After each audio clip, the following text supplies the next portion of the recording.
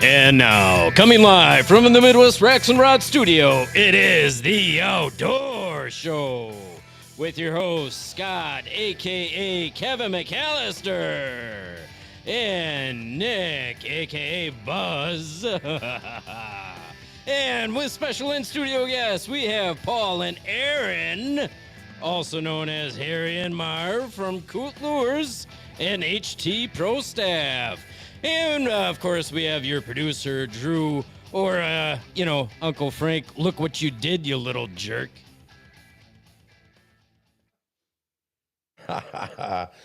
Beautiful. Nicely done. Happy holidays, everybody. Merry Christmas and all that jive. In fact, Aaron's here, and he's sporting. He walked in. I'm like, boy, you picked a really good hat, good outfit here for tonight's episode.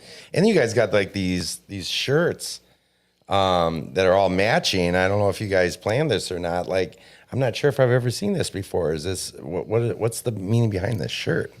I'll let Coot take this one. Well, Aaron wanted me to get branded, and we branded the Coot. So we came up with these shirts, and he has a hoodie fleece. I have the just plain summer hoodie. I think you got just a shirt on. It's got the hood on it. Oh, you got the same one. Yeah. And we also have short sleeve shirts. And we came out with the white shirts or just long sleeve and short sleeve, which I love during the summer. There's no heat on me. We're plugging like clothing within the first 30 seconds of the show. We just sat down. Be the brand. Be the brand. Be the brand, absolutely. And we've seen the shirts before because Nick always is sporting a Coots Lure shirt almost on every episode that he co-hosts. Yep. So he had one of the shirts probably 4 years ago, before anybody really. When he came on, before he even co-hosted, just his introductory episode as a member of our team, and that you wore that. That's what I wore. That's awesome. So, yep. But before we get any further, we have a couple words from our sponsors. That's right, folks. Tonight's episode is brought to you by Tagged and Bagged. They specialize in pre-taxidermy packaging for waterfowl. Their mission is to provide hunters with the highest quality packaging products to ensure preservation of a hunter's prize trophy. Tagged and Bagged products are made with the best materials and are designed to withstand the toughest hunting conditions. TaggedandBagged.net.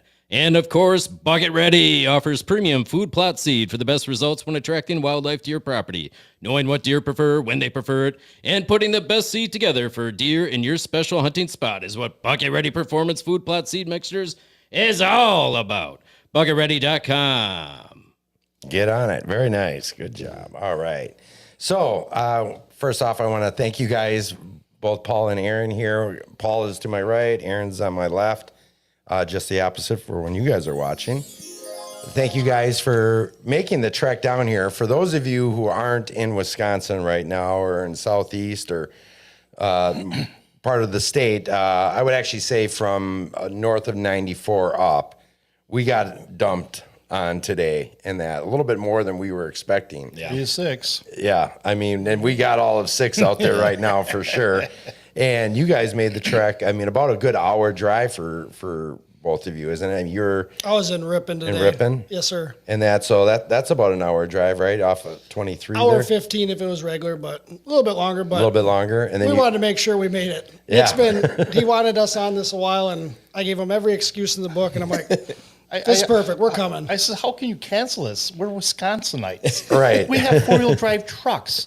This is nothing to us. Come on. That's exactly what I told my wife. She's like, do you really think they're going to be able to make it today? I'm like, these guys drive trucks. They're from Wisconsin and that. Like, we're Wisconsinites. Well, and we're going to talk about ice fishing. And we're going to didn't show up, that would look pretty bad. It would look pretty bad. But we really appreciate you guys taking on that trek to get down here. It means a lot to us. And like you said, we've been wanting to do this show for a while. Nick and I have been talking and that, and we're like, and it makes more sense now. We're getting into these freezing temps. There's ice out there in lakes. We've had guys on our team. Jesse Bricko's been out ice fishing almost every single weekend for the last 3 weeks here on Fox Lake and Beaver Dam and things like that.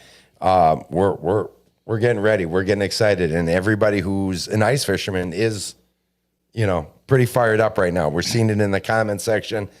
Let's go, baby. It's ice fishing time. Yep. As long as they can do it safely. Yeah. Absolutely. That is key. We've already seen one vehicle going puck away earlier. What was that, a couple weeks ago? It's amazing. The person drives out there, talks to the fisherman, and starts coming back and goes in then. Yeah. Right. Like, wow. Yeah.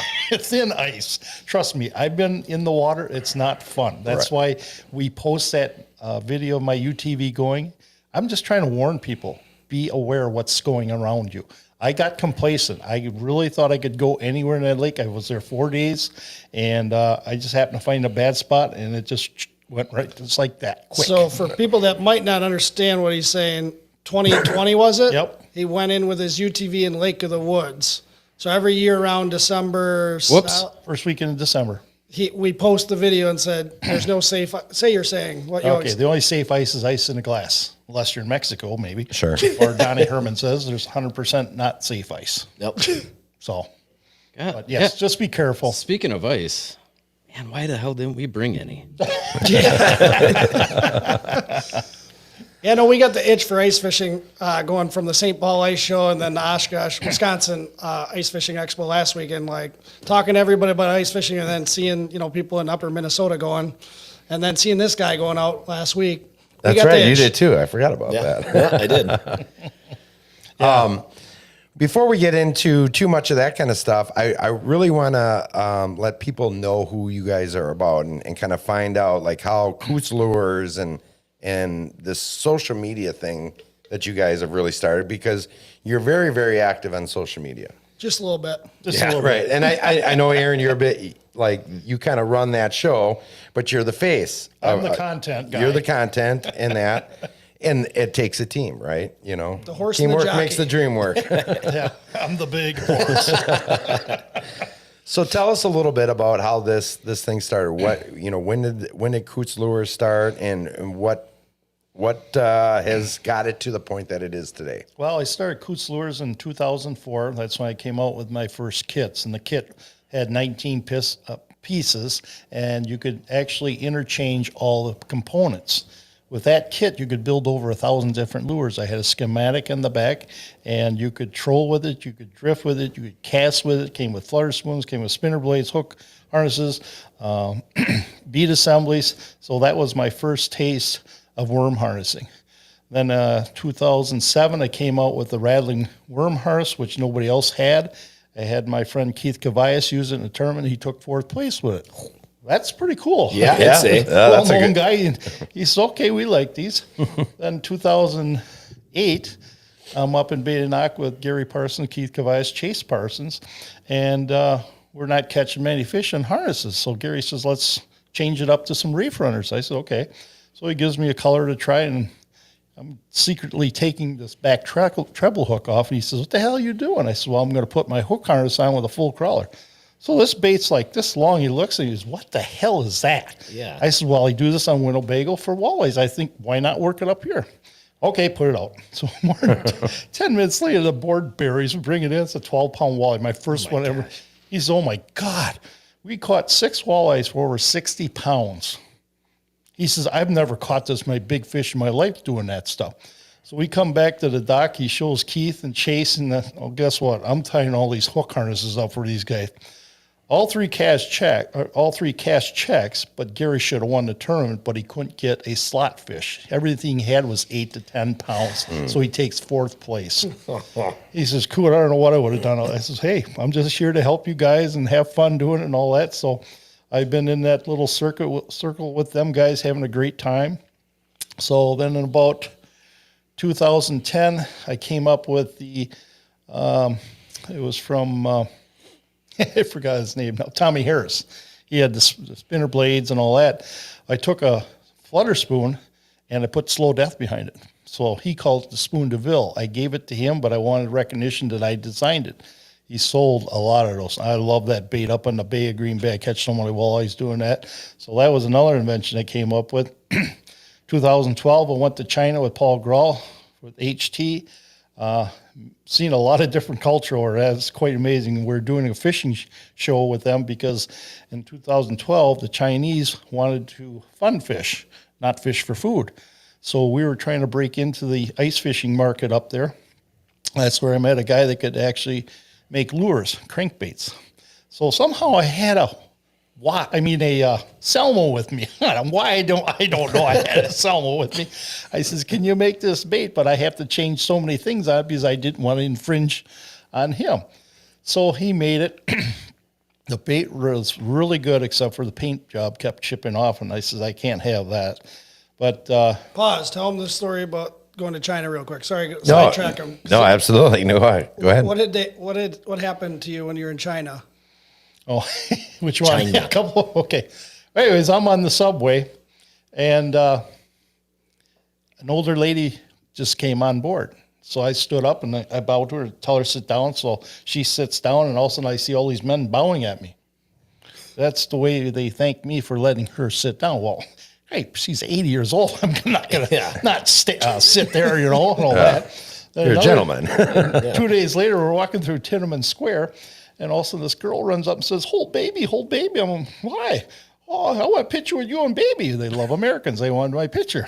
Oh, it's a little boy. They don't wear diapers. I'm waiting for him to pee on me. Thank God he did. So he takes I thought that's where it was going. So she takes a picture, and I hand the baby back to mom. And my buddy grabs my arm. He says, don't you ever do that again. I says, why? He says, well, they'll give you a baby girl and they'll run off. They do not want girls. They want boys because they can work. Right. Yeah. I never knew all that. Real quick, I went to India once, and when I got there, my friend told me if anybody ever throws you a baby, just swat it to the ground. I said, "What the hell are you talking about?" He's like, "You just swat it to the ground." I said, "What?" He says, "Yeah, they'll throw a kid at you, right? And while you're trying to catch this kid, the other 5 kids will run out from behind him and pickpocket you." So good to know. If you're ever in India and somebody throws you a baby, swat it to the ground. Damn old Dura. Well, there goes our monetization. Yeah. We derailed this. Well, anyways, yeah. After HT, then the Magnetco. Well, after we get back 2 weeks later, Paul Grohl and his wife get killed in a car accident. So Ken, the owner, or the son, and Nate, the son, also, they asked me what Dad and, or I should say, Paul Grohl and I were working on.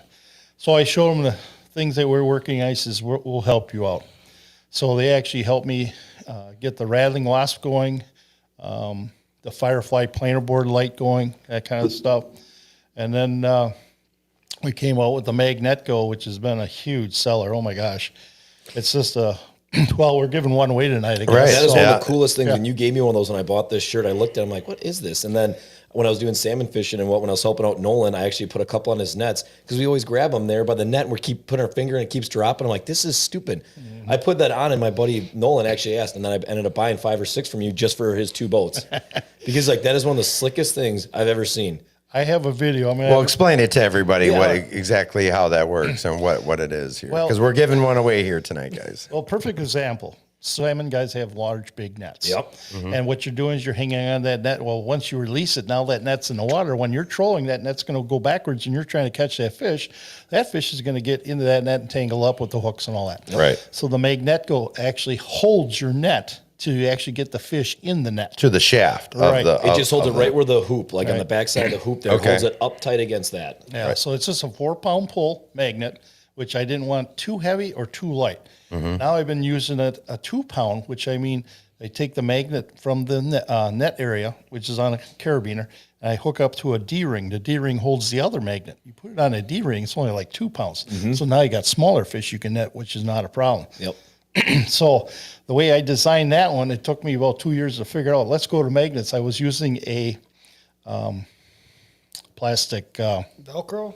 no, Snap or something? no, the zip tie. No way. I was using a zip tie on the net, and on the shaft, I was using a black planer board clip. Oh my God. So that's how I started doing it. Yeah. And I'm thinking, how can I make this a lot simpler for people to use? Yeah. You know, the magnets. Then it took me to figure how big a magnet I need and all that kind of stuff. Right. How much weight it would be? Yeah. And it worked out so well. We're almost sold out again, so you're on order of that. Firefly sold out again this year. They won't be here till like March. I got so many guys asking me, charter guys that up on the bay and stuff are begging to get me some of those if you can. Yes, we're changing. They the- want for their boat. Yeah. Oh yeah. we're changing the battery. We're going to spend a little bit more money, which I don't care. I want the best battery I can for these things. When I tested the Firefly, what's the worst thing on batteries? Cold. Yeah. Right. So I threw it in my freezer on. It lasted for 52 days. Holy cow. I said, I got a battery this is going to be awesome. I'll Yeah. put 200 hours on the package, and now I got guys using them for tip-ups. Sure. Yeah. I says, okay, I know the light's on, but guess what? Snowmobilers are going to see that light out there. Yep. Yeah, we'll just build a if you snowbank so you could- can't see it. Yeah. Coot, if you could explain the Firefly for anybody who hasn't heard of it yet. How does that work? So I designed a Firefly planer board lights because every time you want to troll at night, you can't see boards out there, or other people can't see your boards. Yep. So I designed something that's an accessory, so you can actually put it on your flag and take it off your flag if you need to. So it's just a plastic body shaft that slides down your flag. It fits every planer board out there, so it's universal. So you have green and orange, port, and starboard. Yep. So if you ever drop this thing in the water, screwed in and on, it floats. You Okay. can see it. Oh, But everybody says, well, I can go to a dollar store and buy tea lights and all that kind of stuff. I said, okay. they don't work. Trust me. I tried it. They die really, really quick. And plus you throw it in the garbage. Yeah, Where's it exactly. go? The Garbage. landfill. Yep. Right. So at least my lights last a little bit longer and they're usable for spring, summer, fall, Sure. winter now, all that kind of stuff. So I'm kind of happy that we're trying to get this new battery for it, and that'll be get going. Fleet Farm sells a lot of my Fireflies. I was just floored, like, oh my God, and these people are calling me. I said, I'm sold out. I don't have I checked anything. at Fleet and West Bend. They're gone. Yeah. They got the tag there, but there ain't nothing there. Right. Gone. Right. Yeah. And we also sell a lot of people ask me, how come I can't just buy the battery? The battery comes with two domes, which is the orange and green, comes with a light and a battery. As TSA rules, you cannot bring in just a battery. You have to have a product accompanying it. That's why I have to sell it as a package deal. Oh, as far as getting it shipped and stuff over here, sure. Because okay. it's lithium. Lithium causes heat and can get fires and Yeah. all that kind of stuff. So timeline, around 2019, I came out with my trolling rods, and Kenny from HT asked me if I wanted to build a trolling rod. I says, I'd love to, because I want to make sure I got certain things. Do we have that? Can we get that one rod? Oh, yeah. And reach over? Grab the one piece of 7 foot if you could. Is this? That's not the one piece. Of course, the farthest one. Yeah, there. farthest Just one. grab 'em. No, I knew I should have grabbed them. Brought them a little bit Look at closer. this. Okay, watch the lights We above got you. a skills contest going on tonight. There you go. You survived. You moved to the next round. So I'm pretty proud of the rods I designed. I started out with an 8 foot telescopic and a 8'6" telescope. Oh, here, tell you what. Hold up your drinks. Just remember, for every mile of road, there's 2 miles of ditch. Okay? Cheers to that. So what I did is I wanted to shorten the butt up by 3 inches because there was too much sticking into the boat. Okay. Show the camera. Oh, they can see it. Yeah, that's Shorten the butt up by 3 inches so it doesn't stick so far in the boat. As you can see, I have no trigger. To me, a true trolling rod does not have triggers. Bass flipping rods have triggers. Yep. I put in 2 metal reel seats to make it stronger. That way you can put on a bigger reel if you have to. And this is the main thing. You want this to thread forward, because every time they put it up here, what happens? You're always You grab it, torquing loosen it. It loosens Right, up yep. all the time. you're constantly fiddling with Have that. you ever had Yeah. held my rod? Want to hold my rod? I would love. that. We're getting I would real love nothing personal more tonight. That's in this fine. holiday season and to hold your rod ball. That's 5 ounces. I mean, it's absolutely nothing. That is crazy. That's an empty But now, can of put beer. your hand on the foregrip. That's triangular. It actually Yeah, I like that. fits better than a round. Right. It conforms right to your hand, so it's not moving around in that. I have a dozen of these. You know how I actually ended up buying these? Before I even really knew who Coot was, That is I was nice. doing the summer battle on Bago. And we were catching fish, and the next day we were actually low on some baits, and Coot borrowed us. He's like, didn't even know who I was at the time. You really Yep. didn't know who I was. You just knew me through Lance. Yep. And he gives me 6 rods and like 2 things of, I think, the Hornets. He just gave us, I bet you he gave us almost $2,000 worth of stuff. Yeah, go ahead and go fishing. I'm thinking, is this guy nuts?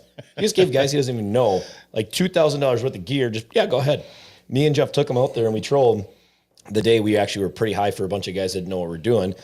And as soon as we got back, I texted him. I said, I want a dozen of them. I texted my father-in-law. I said, we want these for Bago. And I actually do use them for coho. They can withhold coho too. We've caught Lakers and everything on them. And we've got a dozen of them now. That's all we use. We got rid of all the other ones that we have, and I'm not smashing anybody else, but for the price and what we got out of it, I won't get anything else. It works too dang good. And for the price, like a lot of these rods, like, and I guess I probably shouldn't name anybody, but there's rods out there, they want a lot of money, and they're great rods. They're round, and they do everything that everybody else does. They just pump them out, and it is what it is. These ones I won't. It just makes it's everything's just standard in that. Whereas this, you've done some things that you've taken what everybody kind of was thinking, or maybe not even thinking in that. Like, well, this is just as what rods are going to be. Yeah. In that, and then you took it to the next level. I'm a tweaker. Yeah, right. You tweaked it. That's a good way to say that. And I'll tweak it. And this is what I wanted in a trolling rod. So like I said, and thank you for the compliment, because that's what I really love to hear. And if there's something bad, I want to know about it, because if I can improve my products, I will do that. Sure. I'm trying to provide a product that's quality for you and something that's affordable for you guys. Yep. That's what I want to do. We had the Cabela's Troll Masters, and we busted eyes and the plastic out of them all the time. And like I said, we've been using these now for 5 years. I've never broken an eye or a plastic, and we're doing nothing different. I mean, we've reeled in the swivels up in there, which is always an eye breaker. Haven't done one yet. Haven't broke one yet. We got the kids, they reel it in. They always reel a swivel and haven't broken an eye out yet. Not saying that it can't happen, but we've done it 100 times. Haven't lost one yet. Sure. So I switched over to stainless steel eyes, which are a lot stronger and better. Well, when I first started, like I said, I had 8-foot and 8'6" telescopic. A couple years ago, I found out in Lake Erie, Ohio, people do not like telescoping rods. Why? They just don't like them. They're too long. So they wanted one-piece 7-footers. So I came out with the 7-foot medium light, which I use all the time, I love, and the mediums. And now I've been selling so many of them. Another guy wants me to put out 7-foot 2-piece medium action because they like that. So I'm going to those. And now I'm coming out with a 7'6" telescopic one. See, I like telescopic. It's nice. I can slide them down. They fit in the rod storage better. They lay on the bottom of the boat better than those long ones. Always they're sitting on the front. I prefer telescopic, but to each their own. Sure. Right. Yeah. So- it's personal preference. So what I had to do for the Ohio guys, I had to increase my eye size. I went from a 5 millimeter to an 8 millimeter because over in Lake Erie, they use big boards and rubber bands. So they trip the rubber band. They need that rubber band to go through all the way. eyes. Sure. Yeah. And that's why I went to the bigger eyes. Well, this year I got invited to a Lake Erie from Captain Chris Stonebrunner, and he runs Sir Walleye Charters. He uses stainless steel wire for walleyes. Totally floored me, like, I got to check this out. So we get it all. He loves my rods. He put some steel on there. I said, well, I don't know how that's going to hold up, and it did. Really? We're in 50 feet of water, 200 feet of stainless steel wire out. We're catching fish from 35 to 45 feet down. Biggest was probably about 8 pounds, but we caught fish within 2.5 hours, and the next day was only 2 hours, 24 fish. The guy can catch fish. Jeez. Thanks to Chris for inviting me out there. We did the fall brawl. We had a great time, fun. He's looking forward to next year. He loves the magnet go and all that kind of stuff. So I'm pretty proud of the trolling rod. So a lot of people get confused because they just think they hear Coot Lures. That's the brand, Right. and they think lures. Right, But sure. he's got 6 different products. So like this is his number one product. lift up. No. Oh, like I'm a fish. There we go. That's medium light. Yeah. That's a medium light rod, which I took a friend of mine out. He's been to Lake Erie put it this side. 7 times. He's never caught a 10-pound walleye. So 2 years ago, we're on Bay of Green Bay, and we catch his first 10-pound walleye on that type of rod. I want 6 of these now. So he bought them now, which is pretty awesome. Yep. So, well, should I go to the next invention then if you want to keep going, or you going to talk something else? Real quick, I just want to mention to everybody watching in that we're doing a giveaway here tonight for the Predator Pro tip up and the Magnet Go. Yep. That's right. If you guys have any part of the giveaway is you get bonus entries for the giveaway if you're commenting that you're watching the show and here with us tonight. And I know Drew is back there keeping track of you guys. I'm gonna need a new pen here pretty soon. But also, if you guys have any questions or comments for Paul or Aaron, please let us know in that, and Drew will chime in and Paul who? share that. What's that? Paul who? I said Paul and Aaron. Nobody knows my real name. It's always Coot. Coot. I'm the old Coot and now. Aaron. Coot and Aaron.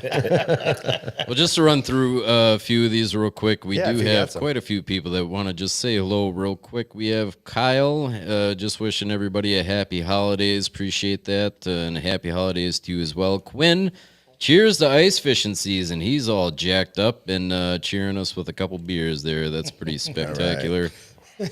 Matt Cannon, also ice fishing season is here. So yeah, I think there's a common theme here, boys. People are excited about ice fishing. That and Merry Christmas. You know, and honestly, we've had a couple rough winters in terms of ice here, Yeah, and it's that 2-3 the last couple of years. years here. And I mean, we still don't know what this year fully has, but we've had some nice cold weather. We're already been making ice. Guys have been already out ice fishing. You know, a thick layer of snow isn't always the best, though, No, right? it's not going to help. But you know, that's It's winter. part of the game. It's winter, right? I do want to get back into some of the other products, but just in terms of talking about ice fishing, what would be the ideal situation in terms of like ice setting up for you, say in the month of December, like that here in Wisconsin or in the upper Midwest here? Well, definitely, I'd like to have 4 inches for sure. Sure. If more better, more better. Like to just get a 4-inch right away, Yes. like We want- 3, 4, 5 day. Yeah, cold spot, just pure ice. Like we had before that rain, it was getting really good. Right. Yeah. And now this is a very light snow. And if we get a little bit colder, hopefully we get some wind that might blow it off. That's what I was That'll thinking. help too. Yep. But if I can get out and go walleye fishing, that's my forte. I love to catch walleyes. I got a breakdown this year. I'm going to do some more brown trout and steelhead with him. Hopefully, I'm going to venture into some northerns.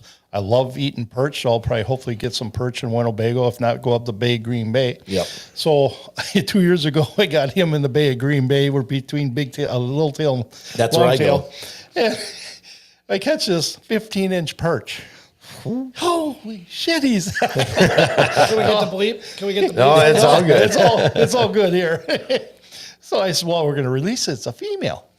No. You got to keep it and get it mounted. Why is